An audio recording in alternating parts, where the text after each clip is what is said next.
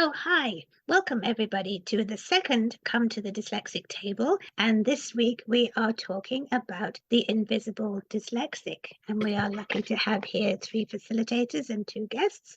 I'm going to suggest that we start sharing our stories. And Sharon wrote the article, so maybe you'd like to begin with your story. Okay, I never thought I was a dyslexic thinking type of person until I was in my 40s, and it may have been the result of finding some help for my own son who was dyslexic. The Davis program is what he did, and we had great results from that. And then I became a facilitator, and during my facilitating, when we had to participate in a program ourselves, I found out that I was. Were you happy to know that? I found it funny, but I'm not a typical dyslexic in that I can read and write and spell. And I got my high school math. I didn't excel in it, but I got through it. But I had other issues that probably wouldn't be seen as dyslexia, such as speech problems. Like I could speak okay, but I would be all over the place when I would talk, and I would mispronounce words. I was a bit klutzy, but I mean, you get by with being a bit klutzy, you just don't participate in sports. And when I was in journalism, I mean, writing, I don't have to talk. And I was glad I didn't have to talk because that would make me nervous. So I didn't connect the lack of verbal skills to dyslexia until I did a program. Got it. That's beautiful. Penny, did you know you were dyslexic all the time?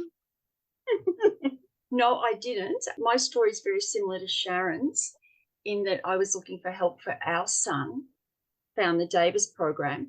And when I was doing my training on one of those very first activities that we do, which was making the alphabet, trying to say the letters backwards and missing Z completely and then going, I know it's there, but I can't see it. And then going through the alphabet backwards got harder and harder and harder until I didn't even get through it and I was drowning. So I knew something was up. And that made me feel really good because every other member of the family in this house is dyslexic. They're really strong visual thinkers. So I finally felt like I belonged to my family.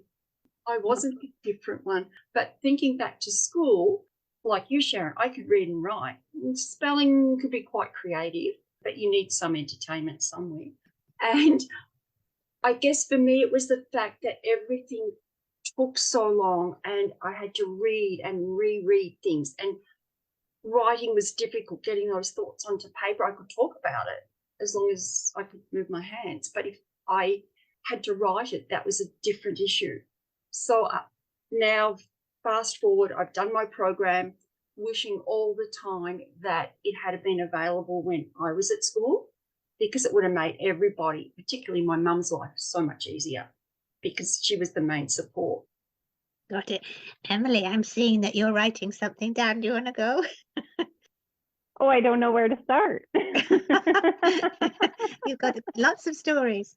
Lots of stories. So I met Sue 2 years ago. And at the time, my daughter was really struggling with school. We had the dyslexia, dysgraphia, and dyscalculia diagnoses, and she was spiraling into very bad places with anxiety and depression, and nothing was working. And I came across Sue on the internet at 2 a.m. and emailed her in hopes of I might find a lifeline to help us. And ever since then, it's just been amazing. Trying to explain the program to other people now, I find myself super passionate about it, with kind of the tagline of just go in, all in, and trust the process. Just before I hopped on the call, found an article from 2001 that you were quoted in, Sue, and they were referencing there is a lack of scientific proof to how the Davis method works. And so many people that I've encouraged to come to the program, I've just said, you know what, the only proof I need is that we went in to see Sue and my daughter was about preschool reading level, and we walked out at grade 4 reading level and she read 20 pages in the car home after 2 weeks of seeing Sue, and that's all I needed. It still gives me shivers. That's all I needed for my proof. My scientific proof was in her, and now she's just flourishing and doing amazing. So in learning what the Davis method is and how dyslexics think, I deal with clients, hundreds of clients, and I'm realizing that I have to shift the way that I approach my clients and what I put in front of them. And I pick up on things that I don't even think they pick up on. And so it's actually helped me in my business life to really get to their level of understanding what it is that I'm presenting to them, or when they're coming to me with challenges. I'm noticing those types of thinkers, right? Whether or not they are, I can tailor things now a bit more to help them understand. Beautiful. And are you ever tempted to say, gosh, I think you might be dyslexic? But obviously they would be an invisible dyslexic, right? And you would be pointing out something that they might not be too excited about hearing. Well, we just kind of frame it in a different way of, you're a little bit more visual. I can't send them a document with all these words on it. I'll show you in a sketch why this works and why we're doing this. And it just clicks and we're good. We can move on. Whereas that could have been a 3 or 4 month delay in this back and forth in email communications and this breakdown on a relationship. So yeah, it's really interesting. Yeah. When I was at school, I know I was slow to read. I know I hated math. I know that I was slow to ride a bicycle. I didn't like heights, and I didn't like being pressurized with timed tests, that type of thing. I could get lost anywhere. I don't like suspension bridges. I was a bit klutzy too. But when you're a certain way, you just know that that's you, and you don't expect anything to be very different for other people. When I did my training to become a facilitator, I was with all these people who had this wonderful gift of dyslexia. They knew they had this gift, and obviously I didn't. And I got to the stage where I was desperate to have it because it seemed so exciting. And luckily, during my training, I discovered that actually I do have this gift of altering my perception. And it explained so much. I just look back on that and I thought, well, of course, that's why. But at the time, I wasn't that bad at reading and spelling. I really was bad at math, but it didn't seem to matter at that point. But when I went to secretarial college, I couldn't pass a time test for the typing. They gave me the diploma because they knew I could do it, but I couldn't actually pass the timed part of it. So all these little things just slotted into place, and it was like one aha after the other, which was very good. And the funniest part of it was, while I was discovering this, I sort of got more dyslexic. And I remember that I went to one training session and I parked my car somewhere. And when I finished the training session, I didn't even know where the car park was, let alone the car. I mean, it was really sad. And I remember falling upstairs instead of downstairs, which is really weird. And I remember making 2 cups of tea for just one person. And I thought, I'm losing my marbles here.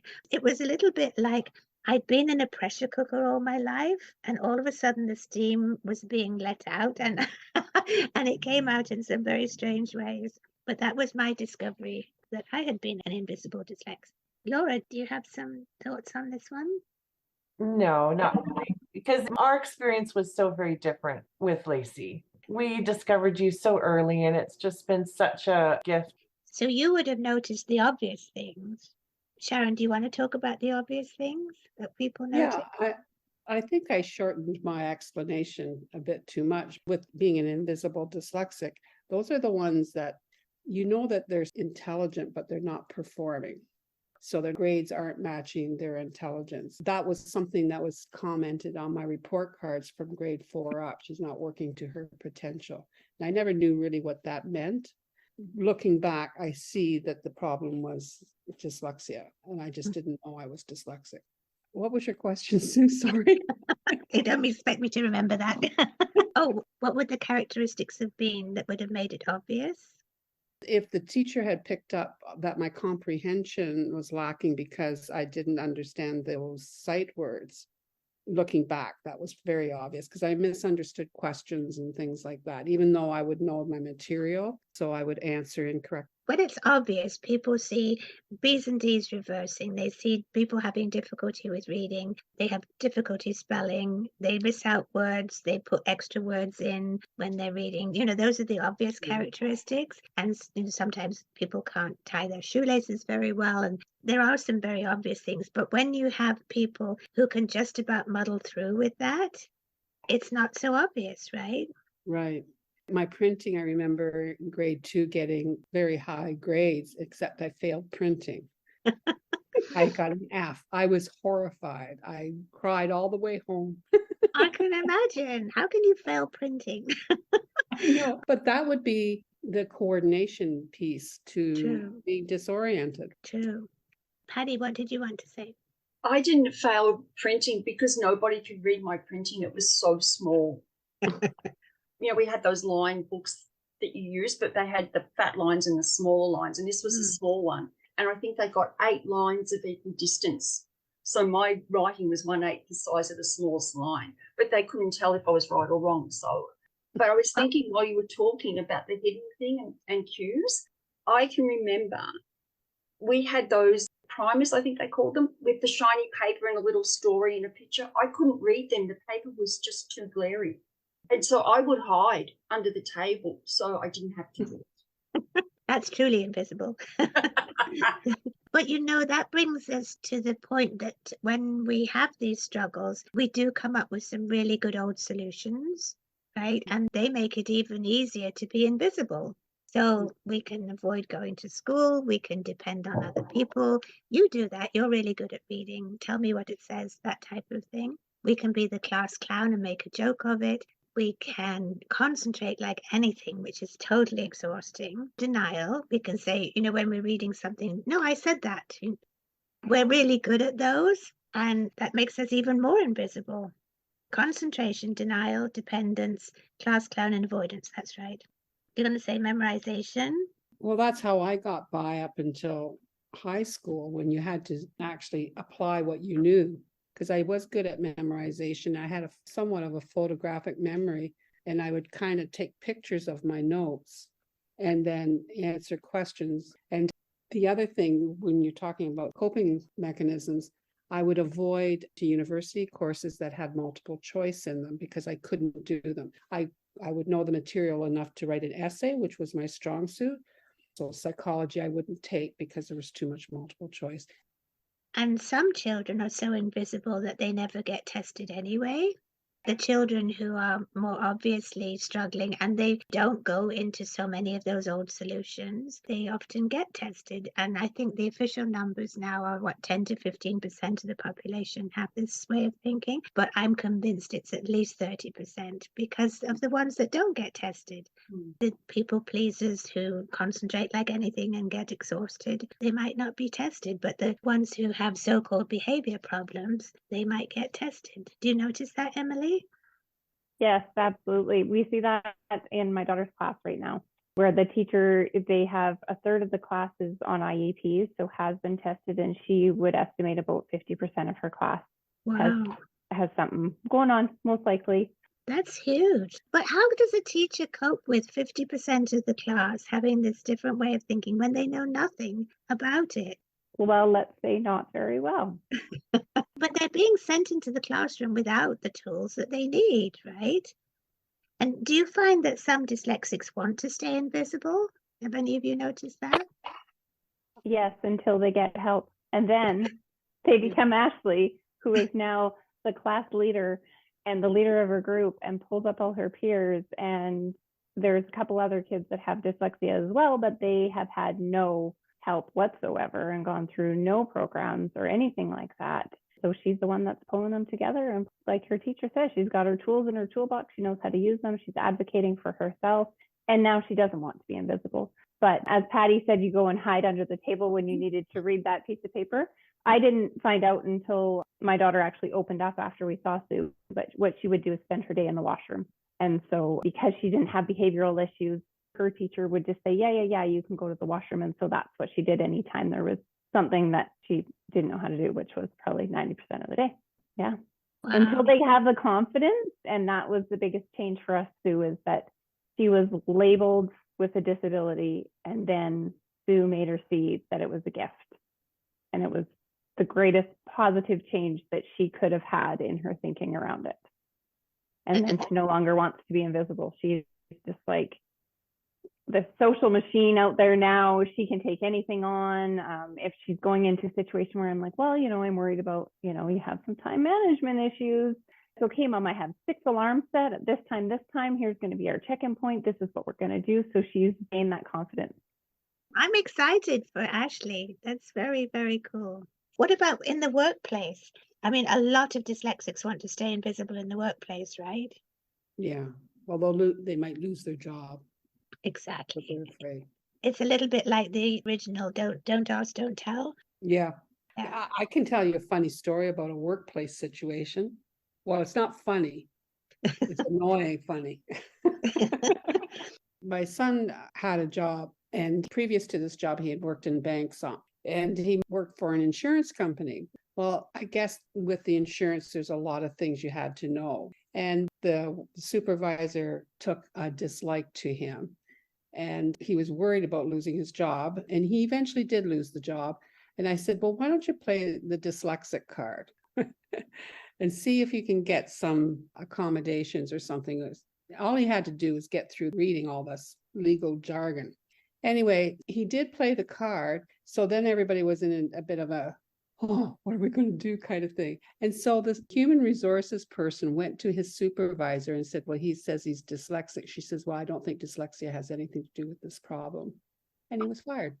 They don't understand that situation. I mean, why would you go to somebody who knows nothing about dyslexia and Exactly. And that's the whole point. Everybody has this stereotypical view of dyslexia that we reverse B's and D's and we can't read very well and we can't spell very well. And that's about it, right? But very few people understand that we actually have this amazing gift of altering our perception, and it works brilliantly in the real world, and it works against us in the world of print until we know what to do about it. And a lot of very successful businessmen believe that they're extremely good at what they do because they've had to have this big struggle and this big fight, when in actual fact, they're good at it because they have this way of thinking. It's a bit sad.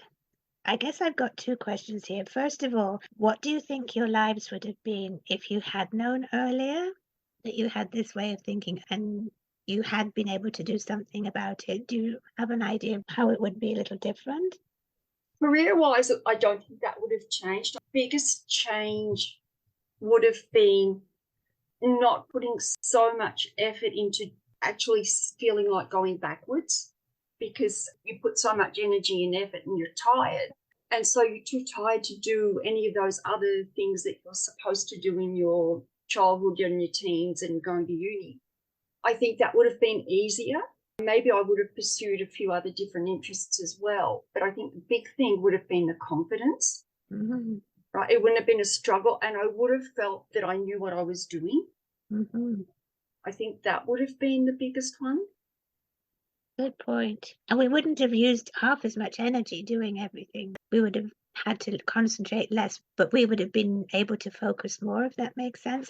And explore different things. And Yeah. maybe I could have ridden my bike without falling in the garden all the time. I'm with you on that one. Definitely. Sharon, do you think you would have pursued a different career? Likely. Well, my father was very pushy about me becoming a lawyer. And I did write the LSAT. I passed it, scraped through 3 hours of multiple choice. Oh, Horrible. And after the first hour, I was just circling answers. I think I could endure it much better now, and I might have done better on it. I don't know. That would be one idea. But I was always interested when I was in university in social work and that sort of thing. But it meant taking psychology. And I just couldn't cut psychology. Like, I would do well on the written part, but then horrible on a multiple choice. So I might have fallen into social work. Because Nice. that was my first choice. Yeah.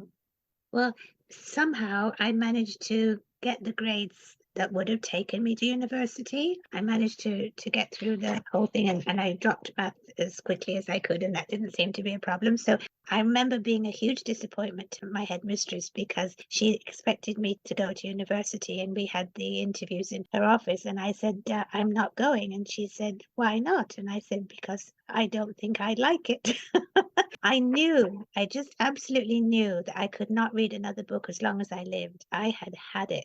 I did English, French, and German A levels, and there was a poetry book and plays and novels in each of those languages, and that was it. And I actually remember walking home from school on the last day, and it sort of felt like my brain was going bing, all the wires were releasing, and I thought, there is no way I'm going to read another book. So if I had been able to do a Davis program earlier and I knew what I was doing, I think I would have gone to university. I don't know what I would have studied, but I think I would have had the confidence to go.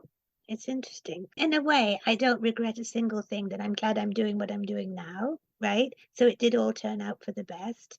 But I think it would have been a different route, and I would have had much more confidence in speaking and much more confidence in writing, because you put all the meaning behind everything and you can focus and you know when you've lost your focus. But the whole point of this is, when you have children who are going through this and they maybe don't meet the tools that they need, all that potential is going to waste, right? Emily, you look as if you're agreeing. Very much so. I'm seeing it not only at the middle school level with my daughter, but noticing it. My son graduates next year. But just talking to some of the parents and what the next step are for their kids, and some of them have already written their kids off just because of their struggles that they've had this far. If they could have more help or more intervention or tools in their toolbox and things like that, that they would realize that 16 or 17, you can't say it's over. Right. And just even with my son, he's getting fatigued with school, and he keeps saying to me, look at my grades at university. And I was like, well, take a breather after you're done this and let's look at how you're learning. And I think some of the Davis stuff will help him too. And I think you got a good point. When you have people who are the sound thinkers and fit into the education system, they're going to be the A students anyway. When you have us down the opposite end, we're not likely to do very well in the system. But there are those in the middle, and I put them under the could do better if tried bracket, because I know I could have done way better if I'd had way more meaning behind the words that I was being asked to learn. For example, I did anatomy and physiology, and the only way I could remember what the enzymes in the liver were and all that sort of thing was to make a word rhyme up. Well, that doesn't help. I mean, that's not true learning. That's just parroting and being able to come up with the right answer on the exam question. But I have no clue what they are now because I can't remember the word rhyme.